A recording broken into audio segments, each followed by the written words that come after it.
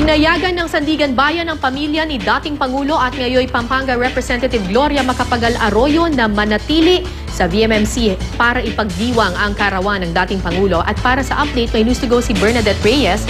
Bernadette?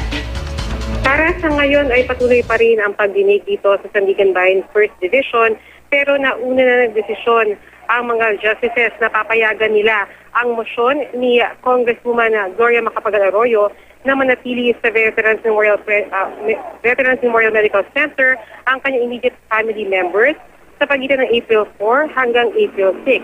Pero sa April 5 lamang ang kaarawan ng dating Pangulo. Tulad daw ito noong Pasko at Bagong Taon na pinayagan din ng Korte ang mga immediate family members na matulog sa presidential suite. Ni-require din noon na mag-submit ng isang guest list. Pinagkaloob raw ito ng Korte ayon kay Attorney Modesto Ticman Jr., ang legal counsel ni CGMA for humanitarian reasons dahil mahalaga raw para sa mga Pilipino na ipagdiwang ang kaarawan. Ayon kay Modesto Ticman, hindi raw ito special treatment dahil pwede rin naman daw ito ipagkaloob sa iba pang mga detainees. Kailangan lang na umapila sa Korte.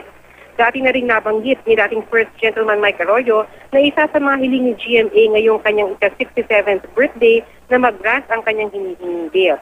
Sa ngayon ay hinihintay pa rin ang kampo ni GMA ang oral argument para sa kanyang isinumiting supplemental motion for bail na ilinadahilan ng kanyang health reasons at ang dahilan na dati siyang Pangulo ng Pilipinas. Kara? Maraming salamat, Bernadette Reyes.